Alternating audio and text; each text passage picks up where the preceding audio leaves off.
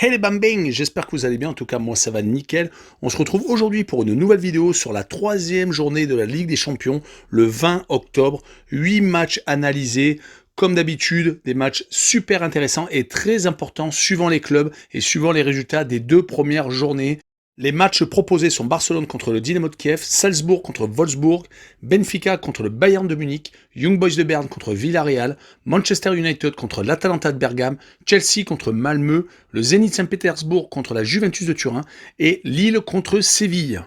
Mais avant de commencer, n'hésitez pas à vous abonner à ma chaîne, à mettre un petit pronostic pour les comparer à mes analyses et également lâcher un petit pouce pour référencer la vidéo.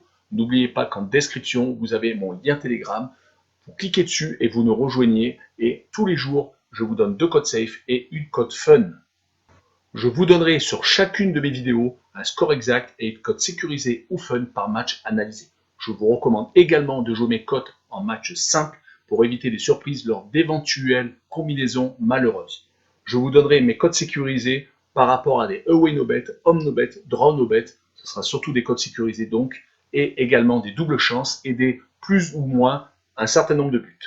C'est parti! J'aimerais mettre en avant un nouveau partenariat avec un site d'actualité sportive où plusieurs sports sont abordés, comme le football, le basket et la NBA en particulier, le tennis, la boxe.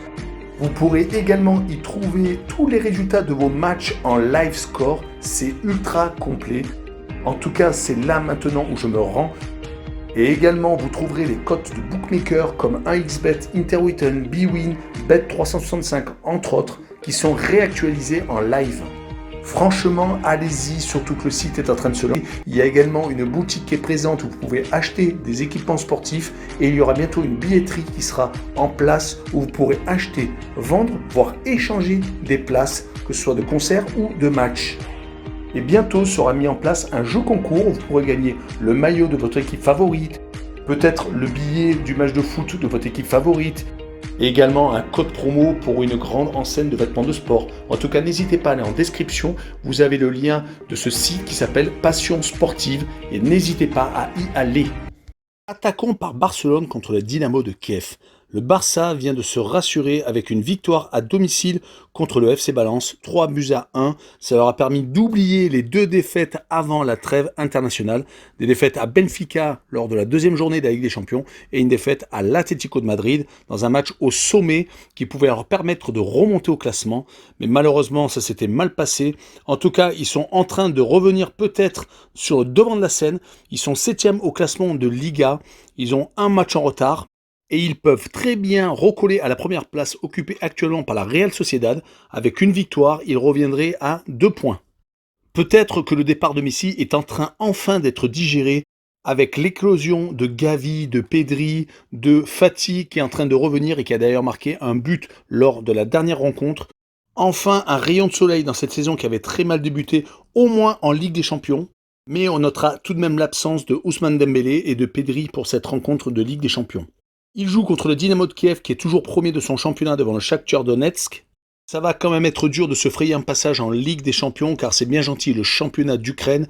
Mais la Ligue des Champions c'est quand même beaucoup plus compliqué avec une défaite 5-0 par exemple au Bayern de Munich. Ils avaient tout de même fait 0-0 d'entrée de jeu contre le Benfica Lisbonne.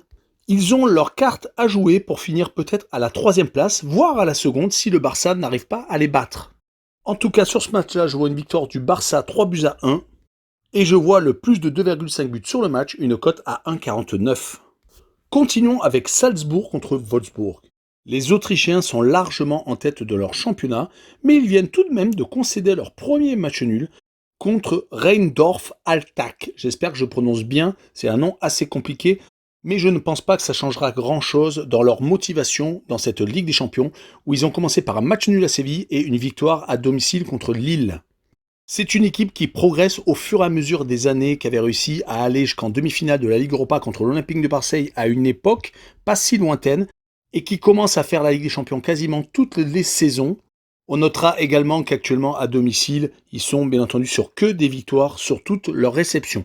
Ils jouent donc contre Wolfsburg, qui actuellement est un peu dans le trou. Ils avaient super bien commencé le championnat avec 4 matchs, 4 victoires et occupant la première place. Mais malheureusement, depuis 5 matchs, c'est compliqué, vraiment compliqué. Sur les 4 derniers matchs officiels, ils ont 3 défaites et un match nul. Le match nul était tout de même contre Séville en Ligue des Champions, mais les défaites contre Hoffenheim, Mönchengladbach et l'Union Berlin prouvent qu'actuellement il y a quelque chose de cassé et ça va être compliqué de se déplacer en Autriche. Et je vois le draw no bet avec option bien entendu Salzbourg avec le pari remboursé 6 matchs nuls, une cote à 1,53. Poursuivons avec le Benfica contre le Bayern de Munich. Les benfiquistes occupent la première place du classement du championnat du Portugal devant leurs 2 meilleurs ennemis, le FC Porto et le Sporting du Portugal. Ils viennent malheureusement de s'incliner lors de leur dernière rencontre à domicile et c'était lors de la dernière journée en championnat contre Portimonense qui est pas mal actuellement, qui est 5e du championnat du Portugal. Cette défaite est dommage car ça enlève leur invincibilité à domicile. Ils ont réussi à se qualifier lors de la Coupe du Portugal ce week-end contre une équipe de 2e division, mais ça a été assez difficile car c'était en prolongation. Et pour en revenir à la Ligue des Champions, ils ont commencé idéalement avec un match nul au Dynamo de Kiev et surtout une victoire contre le Barça, 3-0. Mais ça va être une autre paire de manches contre le Bayern de Munich. Certes, ils ont perdu leur première rencontre juste avant la trêve contre Francfort, mais c'était un accident car ce week-end, ils sont allés au Bayer Leverkusen et ils ont gagné 5-1 dans un match au sommet, prouvant qu'ils sont encore largement la meilleure équipe allemande.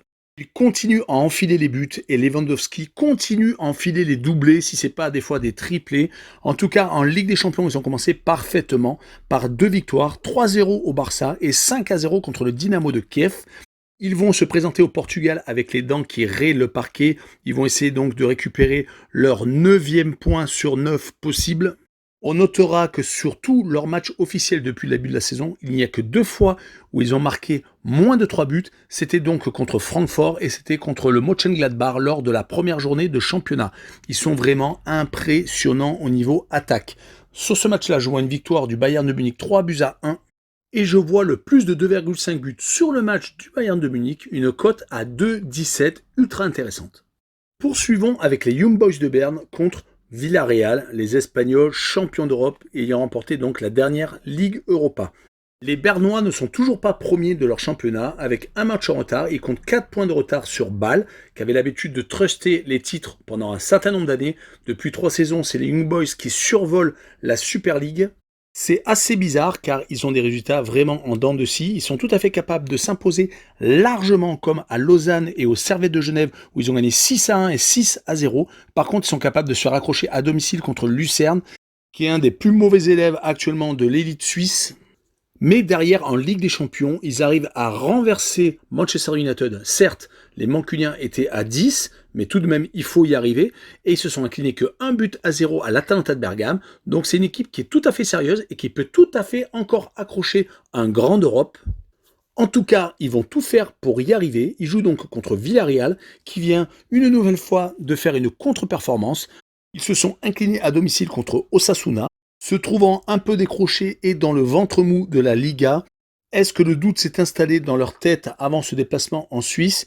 Malheureusement pour eux, ils sont tombés dans un groupe compliqué avec Manchester United où ils se sont inclinés à la 95e lors de la 2e journée et ils avaient réussi le 2-2 contre l'Atalanta de Bergame lors de la journée inaugurale. Ils n'ont donc plus le choix s'ils veulent se qualifier pour les 8e de finale. Ils sont obligés de s'imposer. Mais sur ce match, je vois un but partout, je vois les 2 équipes s'accrocher. Et je vois le away no bet avec le match nul remboursé 6 victoires de Villarreal à l'extérieur, une cote à 1,87. Passons à Manchester United contre l'Atalanta de Bergame. Les Mancuniens ne s'en sortent plus actuellement, ils enchaînent les contre-performances. Ils menaient à Leicester City lors du dernier match de championnat, mais se sont malheureusement inclinés en prenant 4 buts à l'extérieur. Avant la trêve, ils avaient enchaîné tout de même les contre-performances, réalisant l'exploit de battre Villarreal à la 95e. C'était l'arbre qui cachait la forêt, car sur les 5 dernières rencontres officielles, toutes compétitions confondues, ils ont perdu à domicile contre West Ham à domicile 1-0. Ils ont perdu en championnat à domicile contre Aston Villa 1-0. Ils se sont fait accrocher à domicile contre Everton 1 but partout et donc ont perdu 4-2 à Leicester City. Ils sont maintenant malheureusement décrochés de la tête du championnat. Ils se retrouvent 6e. 6e, c'est la place actuellement occupée par l'Atalanta de Bergame qui vient de se relancer en gagnant 4-1 à Empoli. Il restait sur une défaite contre le Milan AC à domicile juste avant la trêve. On ne peut pas dire qu'actuellement ils sont en baisse de régime, car si on prend sur les 5 dernières rencontres en Serie A, ils ont tout de même accroché l'Inter de Milan à l'extérieur, ils avaient réussi à battre Sassuolo et donc à s'imposer 2 fois à l'extérieur à la Salernitana et à Empoli. La contre-performance contre l'AC Milan n'était quand même pas quelque chose qui arrive souvent. Et on notera tout de même que lors de leurs 5 derniers déplacements en Ligue des Champions entre la saison dernière et cette année, ils se sont imposés 3 fois sur 5, gagnant entre autres à Liverpool et à l'Ajax la saison dernière. En tout cas, sur ce match-là, je vois un 2 buts partout. Je vois pas mal de buts tout de même, avec le plus de 2,5 buts pour assurer le coup, une cote à 1,48. Poursuivons avec Chelsea contre Malmö. Les Blues restent sur 2 notes positives depuis leur double défaite contre Manchester City et contre la Juventus de Turin. Ils viennent de s'imposer 2 fois d'affilée en championnat contre Southampton et contre Brentford. Ça va leur faire sans doute du bien au moral car ils en avaient besoin. Ils vont attaquer donc ce match contre Malmö en voulant faire le plein de points. C'est un match piège, ils le savent. Mais ils vont pouvoir s'appuyer sur tout le monde. Le retour de N'Golo Kanté qui a joué le dernier match contre Lukaku qui avait été énormissime contre la France et qui avait été préservé ensuite contre l'Italie. En tout cas, ils voudront tous se rattraper de la défaite à la Juve car ils avaient attaqué assez mollement la phase de poule avec une victoire 1-0 contre le Zénith, difficile à se dessiner sur un nouveau but de Lukaku. Il va absolument falloir qu'ils remportent donc ces 3 points de la victoire contre Malmö, qui n'ont malheureusement pas bien débuté cette phase de groupe avec 2 grosses défaites, une à domicile contre la Juve et une à l'extérieur au Zénith Saint-Pétersbourg. Dommage car en championnat, ils ont fait le plein de confiance, ils sont toujours premiers, certes à égalité avec 2 autres équipes, mais ils sont toujours premiers, ils risquent de se qualifier pour la prochaine Ligue des Champions si tout se passe bien. Mais je les vois tout de même avoir du mal à Chelsea et je vois une victoire de Chelsea 2-0 et je vois les 2 équipes ne pas marquer avec une cote à 1,39.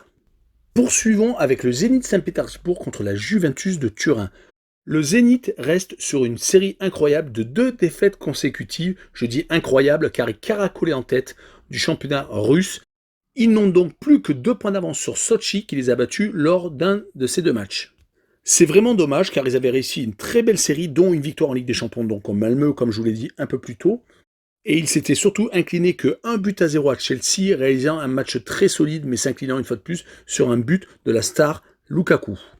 Mais la tâche s'annonce compliquée contre la Juventus de Turin qui a totalement relancé sa saison et qui reste sur 5 victoires consécutives, toutes compétitions confondues, que ce soit en championnat ou en Ligue des Champions, ça ne leur était pas arrivé depuis un petit bout de temps. Même la saison dernière, ils avaient du mal à enchaîner ce type de série. On notera donc qu'ils sont redevenus solides à domicile, réussissant l'exploit de battre Chelsea, le champion d'Europe, lors de la 2e journée de phase de groupe. On notera aussi qu'à l'extérieur, ils sont sur 3 bonnes performances d'affilée. Ils avaient gagné à Malmö lors de la première journée de phase de groupe et surtout, ils se sont imposés à la Spezia et au Torino dans leur derby de Turin. C'est pour cette raison que je vois la Juventus s'imposer 1-0 au Zénith Saint-Pétersbourg et garder son invincibilité actuelle. Et je vois le draw no bet avec option Juventus avec le pari remboursé 6 matchs nuls, une cote à 1,50. Poursuivons avec Lille contre le FC Séville. Les Lillois jouent au yo-yo en championnat de Ligue 1. Après avoir enchaîné 3 belles performances contre Reims, Strasbourg et l'Olympique de Marseille, ils viennent de s'incliner donc chez le promu Clermont, ce qui donne une équipe lilloise 11e du classement, certes à égalité avec Monaco, mais ce n'est pas les ambitions au départ des nordistes.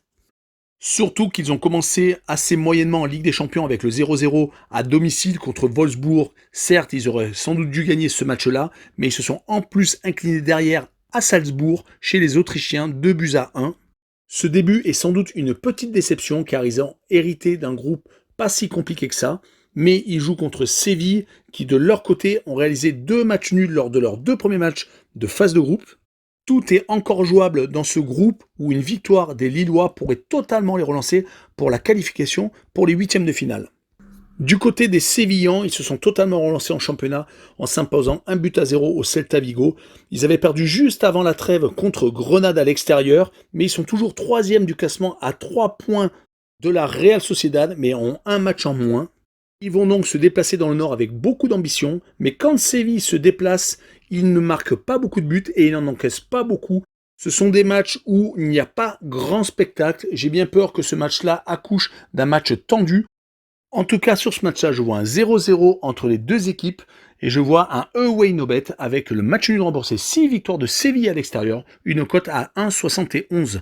Voilà, on en a fini avec ce 20 octobre, la troisième journée de phase de groupe. N'hésitez pas à nous rejoindre sur le lien Telegram qui se retrouve en description en dessous de la vidéo. N'hésitez pas à aller sur le site d'actualité sportive. Vous pouvez voir les compositions d'équipe jusqu'au dernier moment. Donc, passion sportive et surtout, abonnez-vous. Ciao les bambins!